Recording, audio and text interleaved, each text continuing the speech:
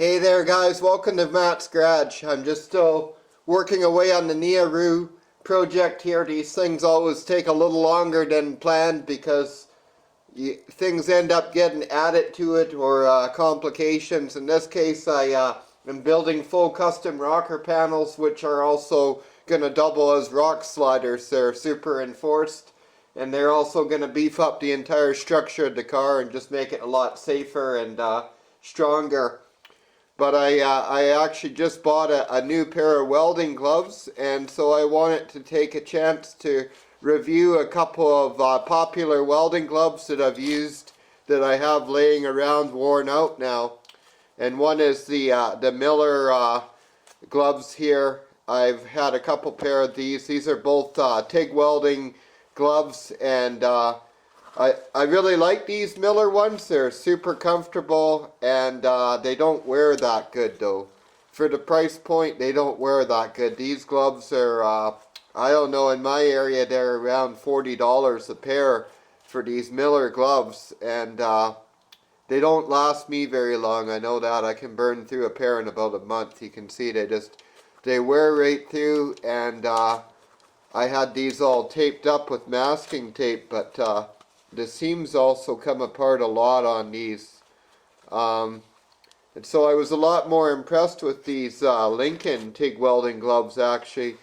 I found these ones on sale for $15, but they normally sell for around $30. So they're a little bit cheaper than these Miller gloves. And one thing I really noticed is that the seams hold up a lot better.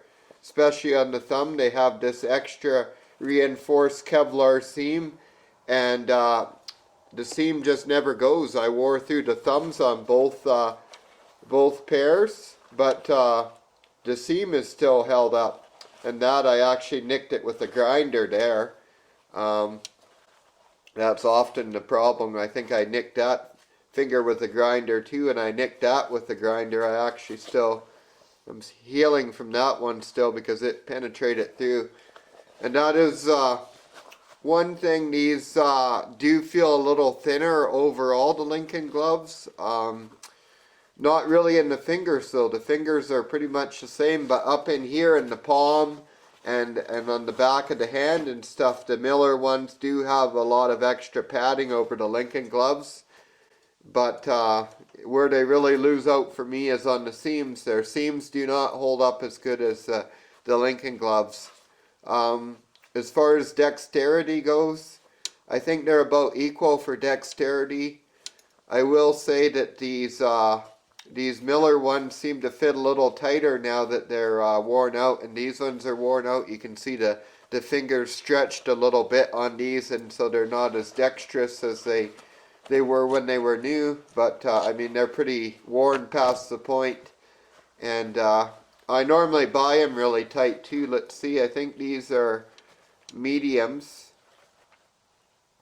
Oh no, these are a large. I know these are a medium. I often will buy a medium just to get that really tight fit for sheet metal working. It works best. That's why I use, I am actually just MIG welding. I don't have a TIG welder. But since I'm working with sheet metal and stuff, TIG welding gloves are the way to go. So I hope you found this review useful. Neither of these are a bad glove, but I do find the Lincoln gloves wear better. So that would be my pick of the two. Thanks a lot for watching Matt's Garage. Don't forget to like and subscribe, and have yourself a great day.